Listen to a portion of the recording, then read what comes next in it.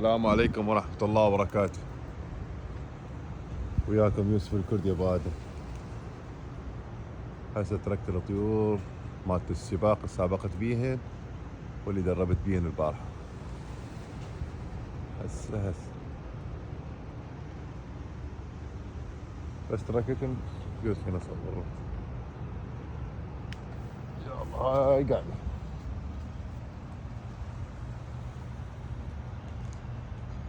والله اخوان البارحة كان التدريب 5 رجعوا متأخرين بالتدريب، بس بعدين رجعوا، يعني ما رجعوا ويا الجروب، بس رجع واحد ورا الثاني. بس اشيكم البارحة ريشهم مو كاملة، فما ادري يمكن من هذا الجمعة الله كريم يمكن اقرر ادز الجروب اللي دزيته اول مرة ولا ادز الجداد. هو الاحسن الافضل على مود اسجل عليهم ادز اللي راحن اوريدي على السباق، يكون عندي تشانس اكثر، لانه عرفوا شلون يطلعون من الجروبات ويرجعن. هذا واحد منهم طبعا راح طاير وحده. جو حار، حتى ذول راحن على السباق باكر ان شاء الله كلهم يروحون على التدريب، كلهم شلح طلع. طبعا اخوان اللي يروح على السباق باوع ايش وقت تركته؟ اليوم الثلاثاء. تقدر انت يوم الاثنين تتركه فوق اللوف، بس اني لا، الثلاثاء. ف تقدر تتركه الثلاثاء احسن، حتى باكر تقدر تتركه فوق اللوفت، والخميس توديه تدريب مرة واحدة بالاسبوع يصير لما يفوت للسباق، على مود ما تتعب الطير. خلاص فات على السباق 100 مايل رجع، يعني 161 كيلو رجع، ما طول رجع لا تتعبه، اعطيه البروتينات والاكل اللي يريده على مود يرجع القوة مالته، على مود الاسبوع الجاي تجهزه توديه مرة ثانية. اذا ظلك طلع بيه وتدربه الاسبوع الجاي هالضيعة صايرة وياي. وكو واحد اخوي قال تحكي على شو اسمه اوروبا، ما ادري اوروبا، قلت له يا معود ما حبيت اجاوبه، بس هسه راح اجاوبه هنا. انا ما حكيت شيء على اوروبا، قلت لهم طيورهم مال المسافات القصيره والوسط، الطيور الطويله بامريكا وبالمانيا اكو، لانه انا عندي طير هسه جوه هناك، جوه اورجيكم اياه بعد شوي ان شاء الله لما اشرح على الجنح. فعندي طير من هولندا، جد من هولندا، فالشابكين على طير مال امريكا مطلعين كل المسافات. الواحد معروف بامريكا، هو مشتري من هولندا من زمان. وكو واحد صيني همين يمي طيوره، طيور 2 يمي، كان بالولايات القديمه، مشتري طيور من بلجيكا ومن هولندا، مشتري طيوره واحد $10,000، ما ادري شنو حاطن سوى. وبالسباقات النقطه سجل، بس سجل متاخر. سوى هو اشرح لي بلسانه، صيني عنده مطاعم والله الحمد لله الله يزيده. قال لي جبت 10,000 و 5,000 6,000 فايز بجنحه، بس فايز مسافات قصيره ووسط، لانه ما عندهم طويله، هو بلسانه حكى. فقال لي بس ما فزت بالون لوف ريس. قلت له اي، لانه مسافات هنا قاتل، 400 مايل قاتله مال ون لوف ريس. 400 مايل ما ادري ايش قد بالكيلومتر، هذا فرق عمره 6 اشهر 7 اشهر وندقه هيج دق. هناك اكثر شيء بالاوروبا بالطير يكون عمره سنه يسوون بيه سباقات انترناشونال، لانه كلها قريبه على بعض، ساعتين. انا ميشيغن بس اروح لميشيغن، من هناك اروح ل4 ساعات. انا مو رحت لهولندا، خوالي بهولندا اسف اخوان، رحت لالمانيا ساعتين يا معود، ساعتين. صرت اضحك، قال لي احنا بالمانيا، قلت له يا المانيا يا خاله، قال لي والله احنا بالمانيا. قلت له يا معود ولايتي القديمه اللي انا كنت ساكن بيه، وهذا بنسلفانيا بعيد 8 ساعات، اروح لكرفته واحده اللي هي هنا أنا صغار. هاي قبل سنتين كنت هناك. ف يعني ما احكي شيء غلط، ما انه ما عندهم طيور مو قويه، بالعكس عندهم، بس خذوها بنظريات اخوان. هذا اللي علق لي، بس ما حبيت اجاوبه، قلت هسه نجاوب لا، مسحت التعليق. اللي قال انه انت بعدك جديد جاوبك على اوروبا، خالو انا احترمك واحترم طيورك، مالي شغل، ما احكي هذا الشيء. هسه اكو فرق هوايه. هسه شلون اقول لك؟ تعال اعطيك مثال. بالحصان، طبعا نطير طائره الحمد لله، فبالحصان شايفين الحصان مو اسرع من الجمل؟ اكيد، بس الحصان اعطيه مسافه معينه يركض ركاض سريع جدا سريع، حلو، بس يعني ما يركض يوم كامل. ما عدا الجمل يركض يوم كامل، يمشي مو يركض، يمشي وشو اسمه يهرول، لانه يمشي بطيء ويهرول، فيمشي يوم كامل يومين. فهذا الفرق بين الزاجل، القصير والطويل والوسط. هو القصير والطويل والوسط اكثر شيء اوروبا، ما اقول هذا الشيء، اكثر كميات عندهم، لانه عندهم عالم هوايه ويطيرون الطيور المسافات عارفينها، يبلش منهم 77 كيلو. اكو نوادي 77 كيلو يبلش السباق. اني بالتدريب اوصل 90 كيلو. اول سباق بلش 161، هسه السباق الثاني هم 161 نفسه، بعدين يشيت 200 وشويه. هذا السباق الثاني وفراخ ويوسوسه موقعات ريشه الرابعه الخامسه. انا ما احكي انه طيوركم مو زينه، بالعكس زينه للمسافه مالتهم، بس تعال حط لك طير قصير بالمسافه الطويله يرجع، ما اقول لك انه ما يرجع. اذا طير دمه زين سلاله زينه يرجع 100% يرجع، بس يرجع متاخر. هذا الاختلاف. احسن طيور هي تكون مال كل المسافات لونج ديستن. هذا اللي بالعالم العراقيات، هذا بال100 مايل سجل، بال150 سجل، بال222 سجل، ب340 مايل سجل، واخذ على 500 وشويه طير، اخذ الاول عليهم، لانه كل سباق وديته من دون توقف. تخيل من دون توقف. اتحدى مطير جيده هوايه يعرفون هذا الشيء، يطيرون سباق سجل طير او رجع شويه متاخر، ما يودوا سباق الثاني. انا لا دق فوقه، انا اذا صفي طيوري كذا يعني مبتدئ، بس ما عندي غيرهن، كان 15 طير صرت ادق بيهم، شو اسوي؟ فضاعا منهن ظلن تقريبا 6 7.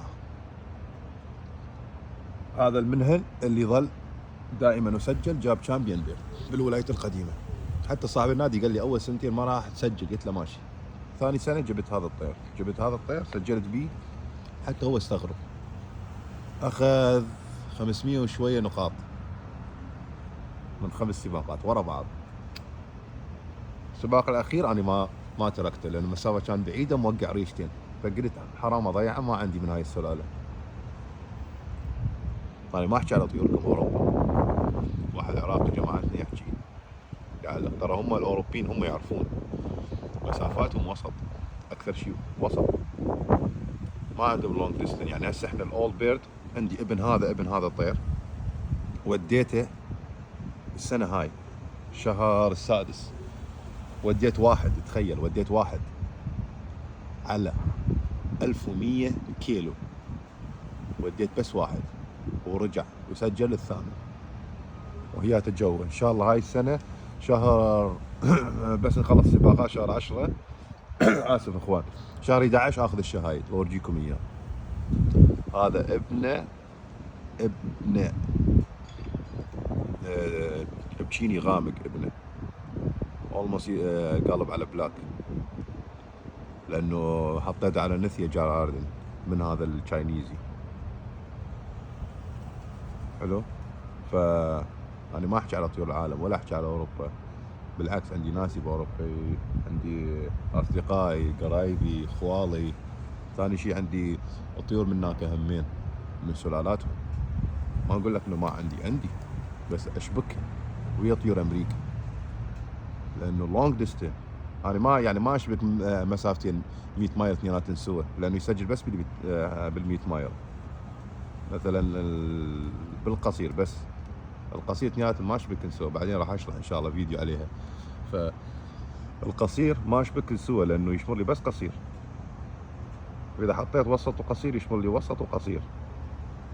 فاني دائما اشبك الطير الصغير قصير ويا الطويل، يشمر لك يا وسط يا قصير يا طويل.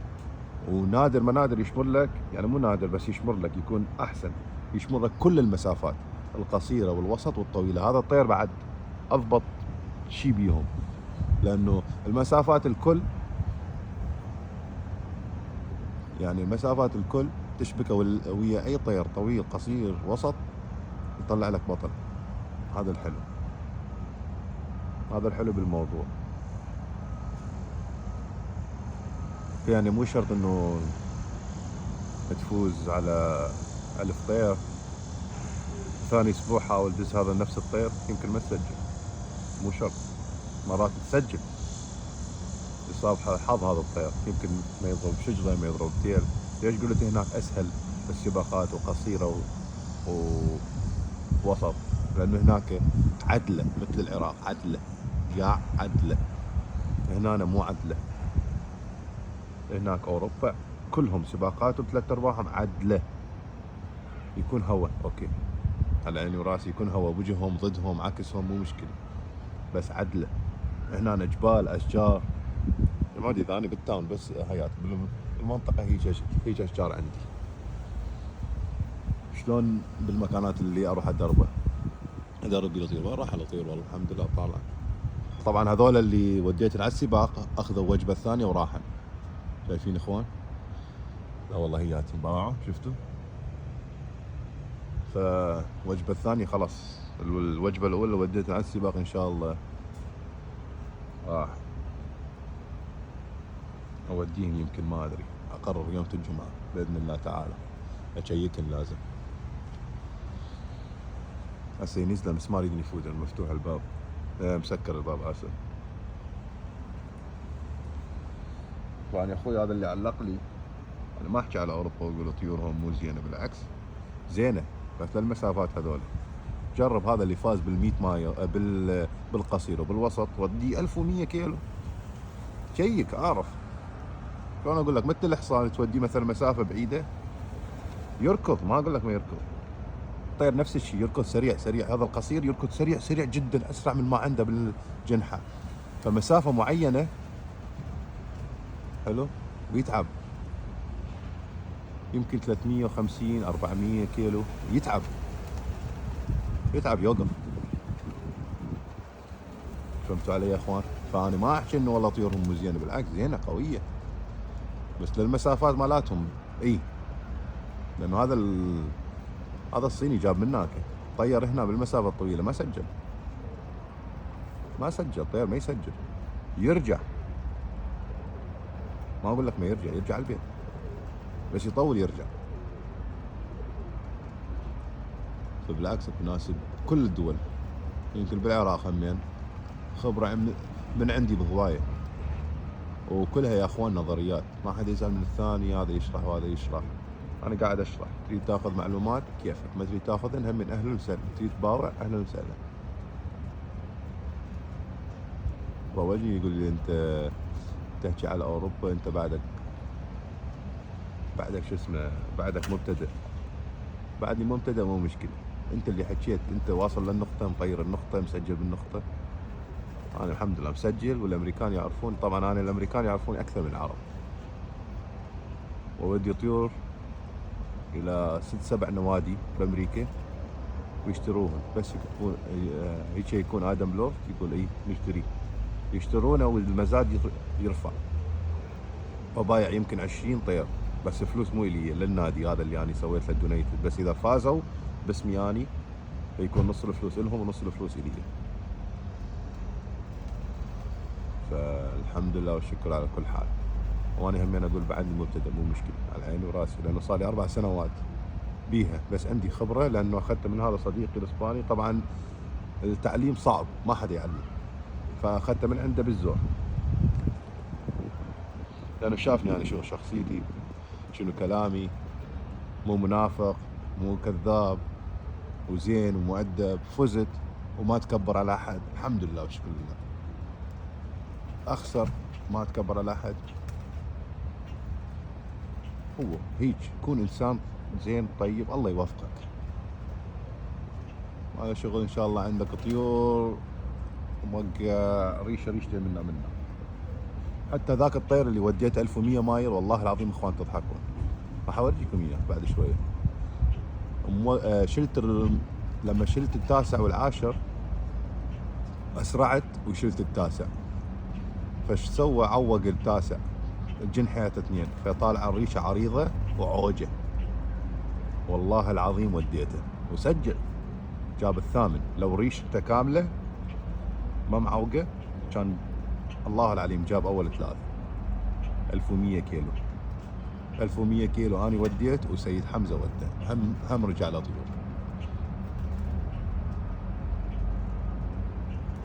يعني انا احكي على المسافات ما احكي على اوروبا والله طيورهم. بالعكس عندي هولندي، انا عندي طيور هولنديه،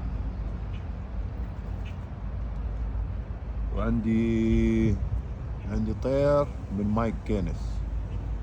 مايك جينيس اول على امريكا. الاول على امريكا مايك جينيس. عندي طير من عنده فرخ، والله فرخين، طير وفحل فراخ، بس مو هو طاني اياه، صديقي المدرب مالتي هو جايب من عنده، فرخ لي زوج والطاني اياه. طبعا هذا ما حدا يسويه، بس هذول طيرين ما يطلع عنه وش يصير. وعيونها صفر وبرتقاليات، اصفر وبرتقالي. الطيرة صفرة عينها، والفحل شوية برتقالي واصفر، بس ما احطن سوا، احطن ويا طيور يشبكن. شابكن اوريدي ويا طيوري وبيهن هذول البطويرنيات، لانه ما يجنس 3/4 طيوره بطويرني حسب اللون اللي هو يحبه.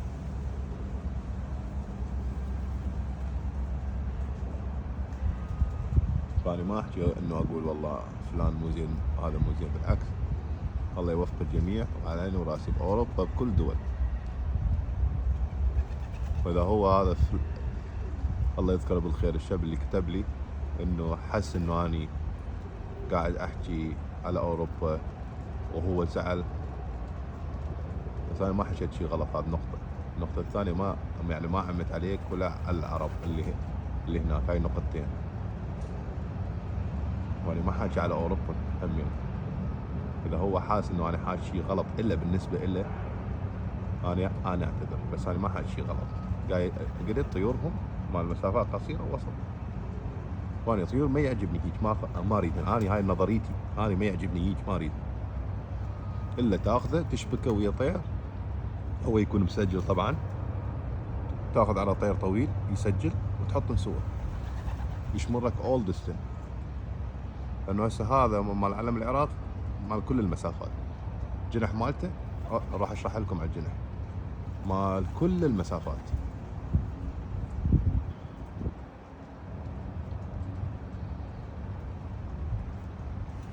صقر، اي صقر صغير استعددوا. فيا اخوان خلونا على المهم. انا حكيت اللي حكيته، بس بعد خلص كل واحد عقله براسه يعرف خلاصه. ما ادري والله وديهن الجاهزات. طبعا اي شيء بيتشيب اخضر هيجي راوح. هذا كان بالسباق، هذاك ما كان بالسباق، هذا كان بالسباق كمان. طبعا الاسبوع اللي فات الغلط مني، هاي الزازه ما كانت بالسباق. الغلط مني لان كنت نعطيهم اكل زياده نص الاسبوع. باعوا هسه اليوم جوعانين، وانا قريب جدا يومهم ما راح اعطيهم اكل، راح اعطيهم خفيف اليوم وباكر، الا الخميس اعطيهم دبل اكل. اللي بيه شيب هيج اخضر على رجله اليسار هذا راح على السباق، هذا ما رايح باوع، هذا ريش جسمه ما مكمل. هاي الثانية طيرة توينية ما راح على السباق، هذا راح على السباق اللي بالنص فحل. هذول الاثنين راح على السباق، هاي الطيرة وهاي وهذا. هذاك ما راح على السباق، فيبين تشمسن. هذا اللي تشمس راح على السباق. هذا الزازة راح على السباق. طبعا هاي قلت لكم عليه، واخوتها اللي فاز 100 مايل عند عبد الرحمن من الفاو، وديت له اياه. طبعا هذا ابوه مال لونج ديستنس، هو هذا الطير الوحيد اللي ابوه عندي اياه ضخم كبير وجنحه طويل حيل، بس اشبكه دائما على طيره صغيره. الطير هذاك اللي رجله انكسر الحمد لله زين هسه، بس ما راح اطيره، ما راح اطلع نهائيا حاليا. انا كنت عبالي راح اضيع هوايه هذا الاسبوع مال السباق. هذا اللي سجل طبعا 19 طير مضيع 7 طيور، ودى 30 وطير 7 طيور، ضيع 7 طيور. حتى انا قلت له بالنادي، قال لي ايش قد ضيعت؟ قلت له 1. قال لي مستحيل. قلت له والله 1. انا مستغرب. قال لي لا طيورك هذول ال 29 كلهم تمام. قلت له يا رب الحمد لله. فهو ضيع 7 وهو سجل فوقه، بس هو كان مجوعهم زياده. واني والسباق تاخر همين، فصارت فرصه عنده اكبر. السباق تاخر فصار عنده فرصه اكبر، لان انا سجلت على 51 وهو ابعد مني 5 مايل، هو سجل على 56. 10 و56 وانا سجلت 10 51. يعني الطيور كلهم سوا، دخلوا بالمدينه سوا. ما مو قلت لكم انه اي واحد يسجل لازم اسجل اني، او انا اسجل غيري يسجل، لان الطيور يفوتن سوا. حاليا النادي مالتنا بس، والسباق هذا الجاي همين النادي مالتنا، وراها لا، وراها تبلش الصعب. يصير النوادي اليمنى اكو 4-5 مطيرجيه بالنادي، بالمناطق الثانيه راح يبلشون ويانا يفوتون، واذا فاتوا ويانا حيكون السباق صعب. يعني مو السباق الجاي ال 161 كيلو، اللي وراه حتكون اصعب ان شاء الله. ان شاء الله يقولون تفوتون، بس ما راح اخليكم هسه شويه ترتاحون. طبعا هاي الطيره بسلاله مايك كانس، عينها صفرة. هاي هم كم وحده؟ 4 طيور بطويرنيات مال مايك كانس. هاي راحت على اول سباق رجعت، بس تريد لها بعد مره شكل المره هاي تضبطها هي، بس معطولها ترجع خلاص تمام. أنا ما أحكي على طيور العالم، بالعكس يمكن طيورهم أضبط من طيوري، والتدريب والثقة اللي عندي يكون أحسن.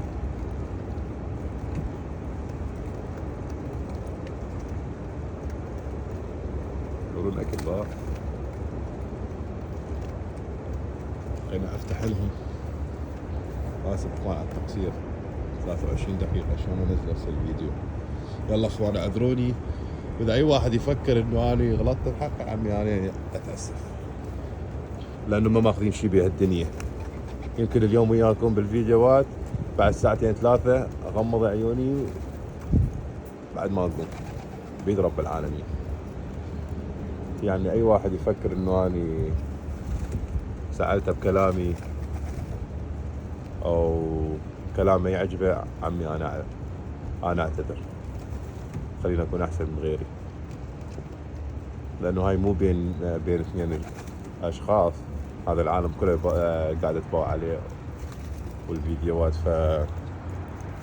ما أريد، خلينا أكون مؤدب وما أقدر أحكي أكثر من هيك. وأنا يا أخوان ما حكيت شي غلط، حكيت بس إنه طيورهم مال قصيرة ووسط، بس مو مشكلة. أنا ما أحكي على أوروبا. اللي ضوجني قال أنت قد أوروبا قاعد تحكي على أوروبا، أنت بعدك مبتدئ. ما جاوبت، هسه جاوبت وخلاص. ما جاوبت على السريع، مسحت المسج، قريته قال هذا شو جاوب عليه؟ إذا هو فهمه هيك أنا شو جاوب؟ لأن أنا قصدي مو هيك، قصدي إنه صدق مال مسافات قصيرة ووسط، بس هذا اللي صار. طبعا ابنه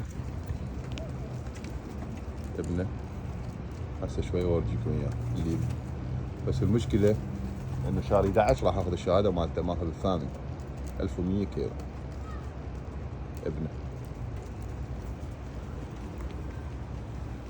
ان شاء الله شوي اورجيكم لونه يكون هيك، هذاك الاسود هيك فحل. بس عينه نفس عين ابوه، نفس هذا الاسود لونه. هاي تشمسن. هاي همين، هاي همين مال مايك جيرس، بس شبكته على طيره جنسن، عينها حمراء، فشمال لي عين حمراء. هاي البطوير، اغلب البطويرنيات اللي يمي هسه حاليا عندي 4 أو 6 مال مايك جيرس. وهذا عندي فرخ، هذا عندي صديق هدية وجاله طيور، كانت تكون وحدة مثل هاي. عادي انتم تعودون. فمثل هاي تومة صغيرة، وهذا قال لي هذا بطويرني مال الشارع. قلت له لا مو مال الشارع، عندي طيور يجي تكون هذول طيور قوية مال السباقات الصعبة، الهواء بوجههم، سلو ريس، حيل سلو ريس. بس بعدني ما مودي على السباق الأول، بعدنا صغار، بالأحرى بعد المجازات أقدر أوديهن وأصفي منهن، اللي يضيع. بس قلت لا حرام، أهم شيء أسجل، أهم شيء أكون موجود بالورقة. كمان هاي الطيرة اللي دقيقة، قرب الكاميرا على مود يشوف، وطبعا وياي يباوع على الفيديوهات اللي نزل هاي الطيرة باع. نفس هذا جات له، هيج الطيرة هيج. قال لي شنو رايك زين؟ قلت له طبعا زين. ما تريد الرجال باع وجهها شو اسمه زاج البري، بس لا مو زاج البري. الوجه والراس مالته مال زاج البري، بس مو زاج البري. هاي السلالة، هاي الطيرة فيها دماغ هولندية. هاي الطيرة التشينية، هاي فيها دماغ هولندية، بس شبكت على طيور أمريكا، بس بعدها ما رايحة السباق.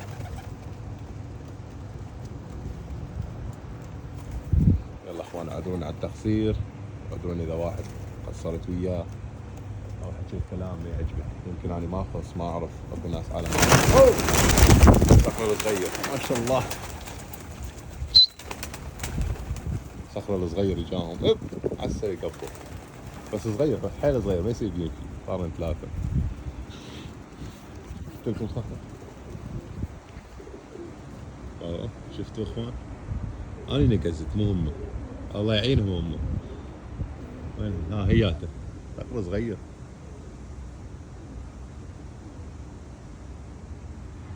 حتى ما شيت عليهن، اجى هيج من فوقهن نقزه. يلا اخوان، السلام عليكم ورحمه الله وبركاته. شو تسوي؟ قوم، عيب عليكم والله، عيب، فضحتونا بين الاجانب. قوم يلا قوم ولك قوم، بس الصقر صغير، قوم، ما انتم مصبوغين وجاهزين. قوم انتم مصبوغين وجاهزين، ليش خايفين؟ طبعا باع مليان صخور اليوم، بس عادي. تعال على مرة ثانية لما اصيحكم جو على السريع، جوه ما تقعدون لي برا تتشمسون تسوون ماشي. يلا اخوان، خيله افتح لهم القفص على بود يفوتون. السلام عليكم ورحمة الله وبركاته.